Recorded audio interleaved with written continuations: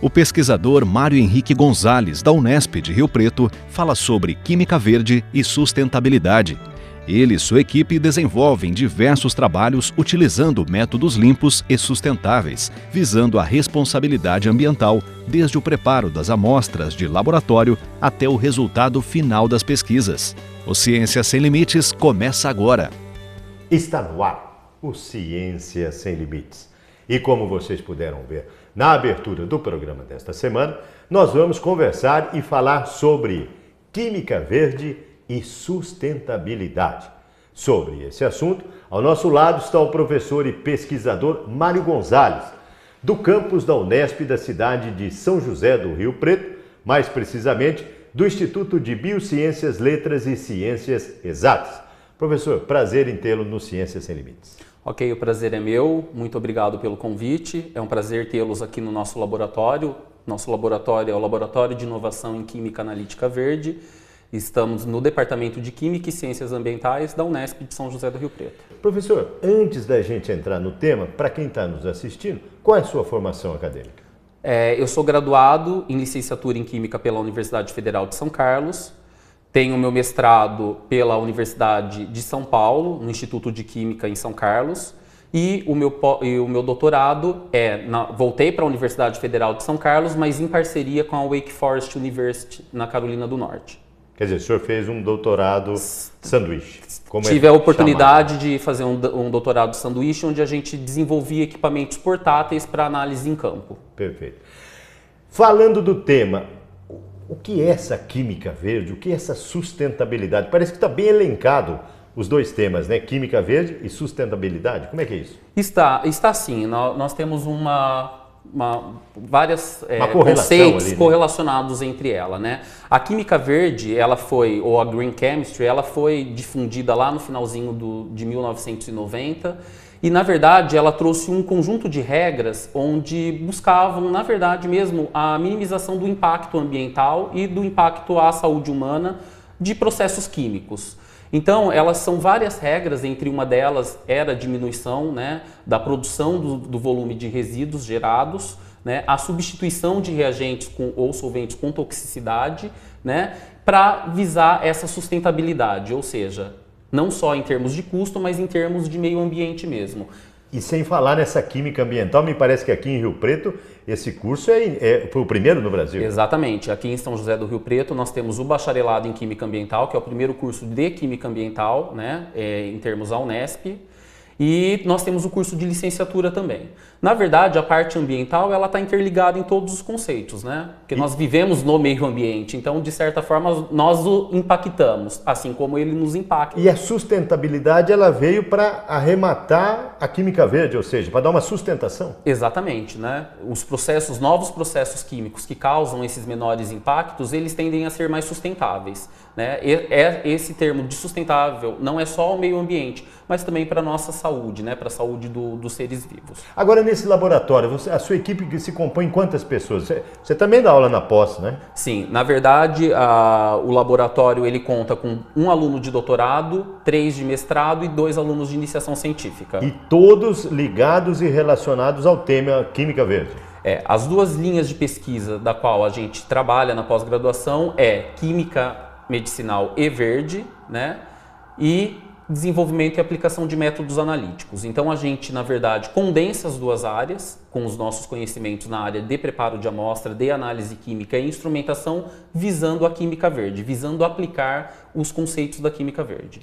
Vamos ouvir e ver, né, um dos seus orientados. Quem que você... Exatamente. Nós vamos conversar com o Henrique agora. Ele fez parte de um dos primeiros projetos que a gente aplicou, onde a gente analisava elementos tóxicos em matrizes farmacêuticas e agora a gente tem trabalhado com cosméticos também. Roda o VT do Henrique.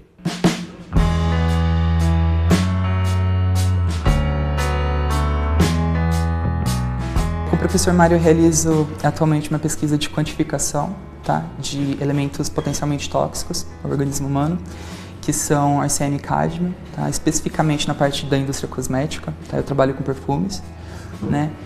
E faça a utilização de perfumes nacionais e internacionais e faça a quantificação desses elementos. A gente faz o estudo desde o preparo de amostra, né, a verificação de como esses elementos são extraídos, né, da matriz, que é o próprio perfume, até a quantificação em si no equipamento, né.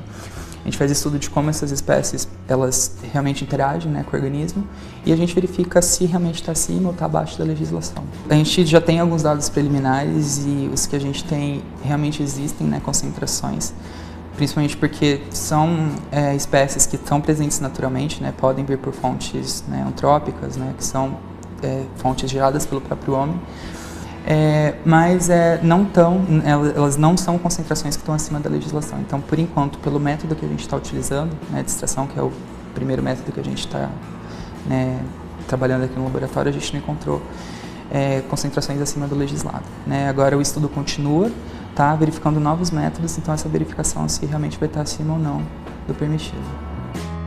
Atualmente eu sou bolsista, né, do CNPq, e fazer iniciação científica eu acho muito importante para mim, principalmente pela questão de vivência pessoal dentro de laboratório, pela parte de rotina, né. Eu acho muito importante, né, que a gente tenha experiência, porque por mais que as aulas elas contemplem muito, né, dessa parte de dia a dia, a gente precisa de um retorno, de saber como que é feito o uso de equipamento, o uso de um solvente, as boas práticas, né, de comportamento dentro do laboratório. Então, eu acho importante por esse sentido, né. Para a projeção futura, eu acredito que eu vou continuar nessa parte de pesquisa, é uma parte que eu acho bastante interessante e eu estou me adaptando, né. Eu acho que é uma área que está em bastante crescimento, eu pretendo continuar na minha área, se possível, né. E acho que é isso.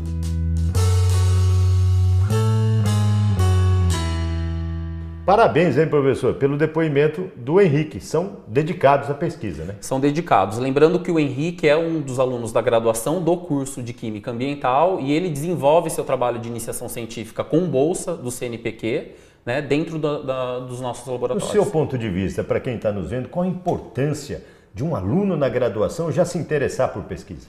Eu acho que toda a importância possível, porque na verdade todo dia nós fazemos ciência, né? Não importa se é um aluno de bacharelado ou mesmo um aluno de licenciatura, a ciência está presente no nosso cotidiano e é muito importante incentivar esse conceito em todos os nossos alunos de graduação e pós-graduação. Parabéns pelo incentivo. Se você quiser contactar o pesquisador, o e-mail dele está aparecendo aí na sua tela. É gonzales@ibilce.unesp.br.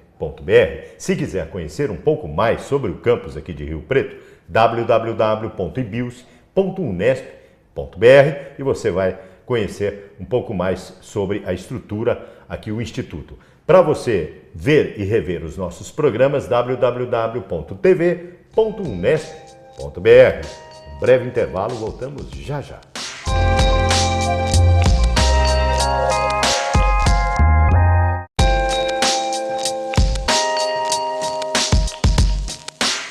O Ciência Sem Limites está de volta. E o assunto do programa desta semana, como você pode ver, é Química Verde e Sustentabilidade.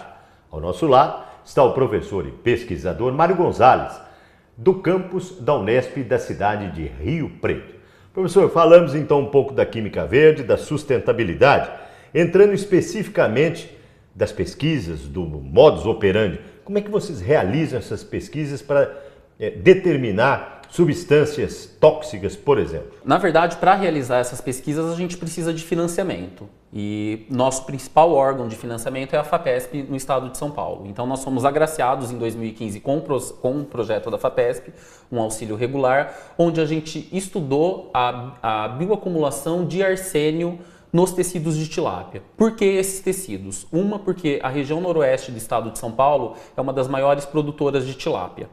Certo? Então nós dispusemos nesse projeto ao quê? A fazer coletas de amostras de peixe, né? Tanto no Rio Grande, no Rio Tietê, em lugares onde as pessoas pescam, nos Pesque Pague e no próprio mercado municipal.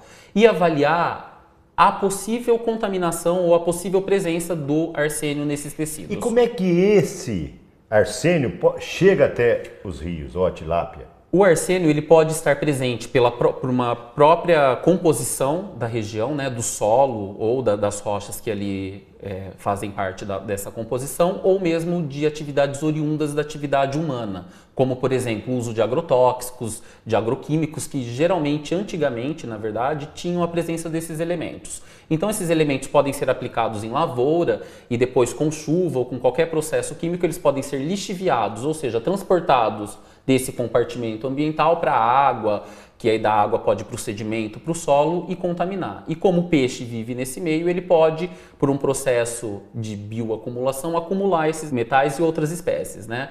Como arsênio, como chumbo, como cádmio. Quer dizer, isso aí também não atinge só o peixe. Se ele está nas pastagens, o boi vai lá, vai se alimentar e pode também ser transferido para, né? Toda a cadeia, né? Toda a cadeia alimentar, desde dos animais, das plantas, da vegetação e até nós que consumimos esses alimentos. Quem está em casa pode estar perguntando, esse arsênio, que mal ele causa ao nosso organismo? Olha, na verdade, depende da concentração que é ingerida. Não é recomendado nenhuma concentração, mas às vezes ele pode estar presente, né? Dependendo, pode causar desde irritações cutâneas, né, até mutações genéticas ou o próprio câncer. Na sua equipe tem alguém que trabalha especificamente com essa análise? Nós temos 2 pessoas que trabalham, né? O Vitor, que acabou de trabalhar com a toxicidade, com essa dose letal para a morte da população das tilápias. E nós temos a Natália, que trabalha com toda a parte de bioacumulação. Vamos ver o que ela tem a dizer? Vamos. Roda o VT da Natália.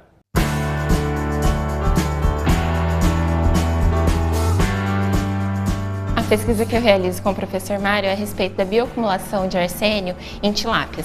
A tilápia é o peixe altamente consumido aqui na nossa região e ela pode estar exposta a inúmeros contaminantes inorgânicos. E um desses contaminantes é o arsênio, que provoca alta toxicidade tanto no peixe quanto no ser humano.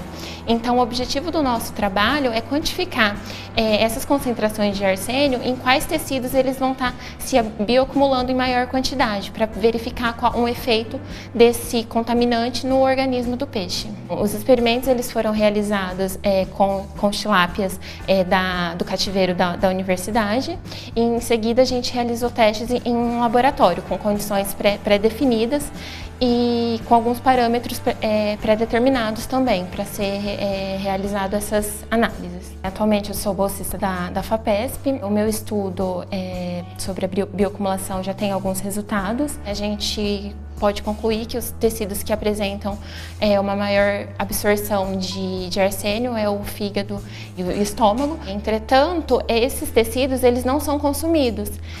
O que a gente consome é o filé, só que o filé ele apresenta uma baixíssima concentração.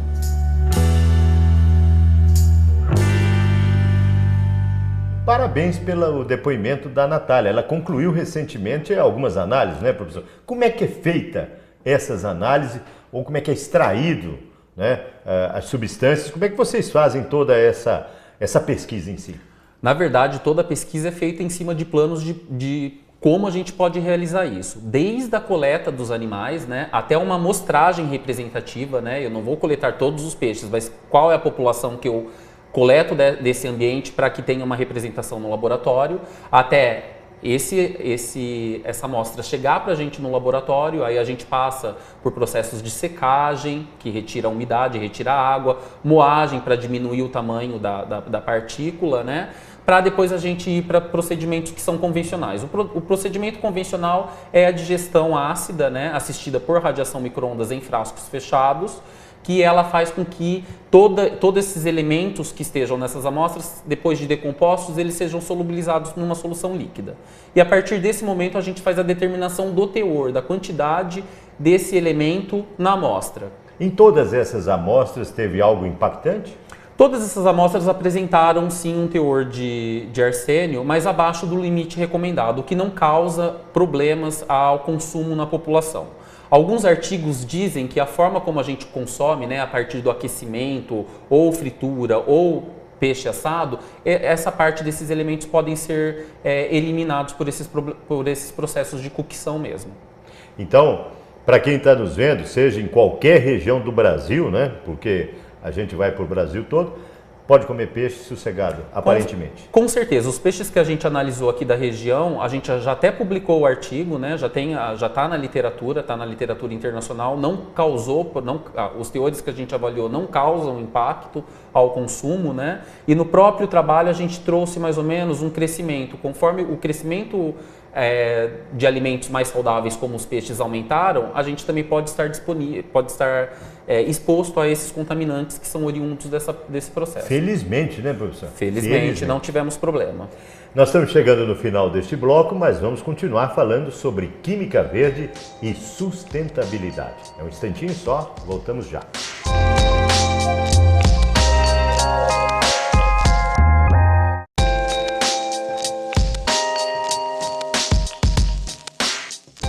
Estamos de volta com o Ciência Sem Limites. E o assunto do programa desta semana, estamos falando sobre química verde e sustentabilidade. Sobre esse assunto, o pesquisador e professor Mário Gonzales, do campus da Unesp, do IBILSE, da cidade de Rio Preto.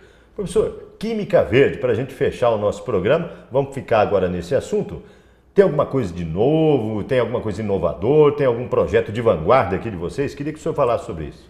Temos sim. Desde o final do ano passado nós aprovamos outro projeto, mas agora voltado diretamente para a química verde, para o desenvolvimento de novas metodologias que contribuam para o desenvolvimento da química verde. Então nós temos trabalhado muito com processos, né, com a síntese, ou seja, com a reação entre compostos diferentes, formando um terceiro composto menos tóxico e que possa ser aplicado nas reações químicas ou nas extrações ou processos de digestão que nós realizamos nos laboratórios. Por exemplo?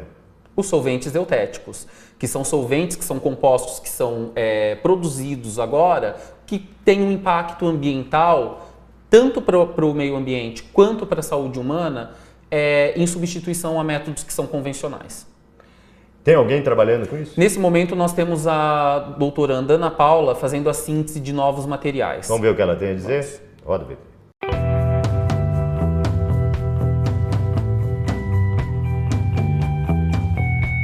Junto com o professor Mário, nós realizamos uma pesquisa que nós analisamos a quantidade de analitos, os metais, como por exemplo arsênio, cádmio, chumbo e mercúrio, que são metais tóxicos e prejudiciais ao meio ambiente e à saúde, e nós analisamos se esse solo está com a quantidade adequada ou não desses contaminantes.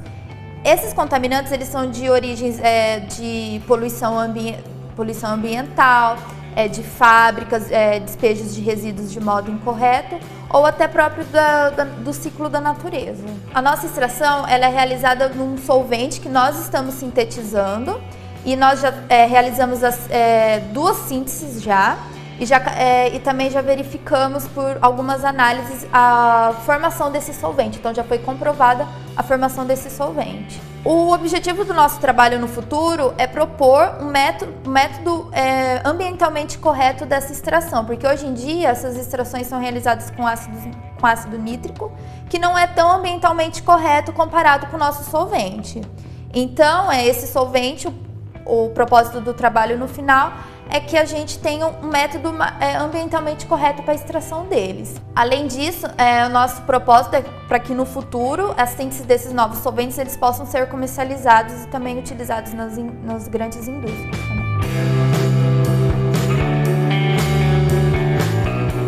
Parabéns pelo depoimento, hein, professor? Muito obrigado. Lembrando também que a Ana Paula ela tem uma bolsa de doutorado, né, da própria instituição aqui, do nosso próprio programa de pós-graduação. Maravilha. Existem várias vertentes na química verde? Tem mais algum outro item? Existem sim. Dentro desse projeto nós trabalhamos também com o desenvolvimento e otimização de novos processos no laboratório, novos processos de preparo de amostra e de extrações. Para esse tipo de trabalho, nós estamos substituindo reagentes que são convencionais e que causam um certo impacto pela toxicidade do resíduo formado por água e solventes que são mais amigavelmente verdes para o meio ambiente. E como é que vocês fazem isso? Na verdade, nós utilizamos o método padrão para a gente ter uma certeza do que a gente tem naquela amostra e a partir daquele teor total a gente começa a desenvolver metodologias por extração com água, né, pressurizada, ou mesmo pelo uso de soluções mais diluídas ou de sais que tem uma toxicidade menor do que... Tem algum orientando nessa área? Nesse projeto agora, iniciando o nosso mestrado, tem o Rafael Bragueto. Vamos ver o que o Rafael tem a dizer. Roda o VT.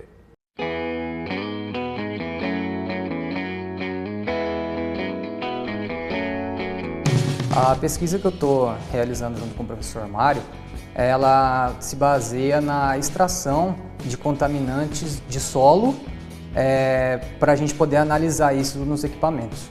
No começo, na área da química, a gente usava reagentes muito concentrados, reagentes químicos muito concentrados para a gente conseguir extrair esses contaminantes do solo ou de carne, enfim, do que está contaminado. Com o desenvolvimento, a gente conseguiu reduzir muito a quantidade de resíduos gerados. A ideia agora é trabalhar com a água para fazer essa extração do solo e acabar com a geração de resíduos. Parabéns pelo depoimento, hein, professor? Você tem mais algum projeto ou outros projetos nessa área relacionados à contaminação? Nós temos sim a participação em um outro projeto. Esse projeto ele é nacional e internacional. Ele é financiado pelo CNPq e é um INCT, que é o Instituto Nacional de Ciência e Tecnologia. Nesse projeto eu sou um pesquisador associado, né? Esse projeto ele tem sede na Unesp de Araraquara e na Unicamp, onde nós trabalhamos com o desenvolvimento e aplicação desses materiais para contaminantes emergentes. Desses contaminantes, além são esses contaminantes emergentes? Além de metais que causam uma toxicidade, o nosso grupo tem trabalhado com BRFs, que são os retardantes de chama. Esses retardantes de chama, eles são utilizados nos novos materiais para diminuir a propagação de chama. Então, desde um carro zero com aquele cheirinho que a gente tem, até os eletrodomésticos e os utensílios que a gente tem em casa, geralmente eles contêm esses compostos que são retardantes de chama, que em caso de incêndio, eles não propagariam as chamas. No seu ponto de vista, no futuro nós poderemos ter eletrodoméstico que não pega fogo?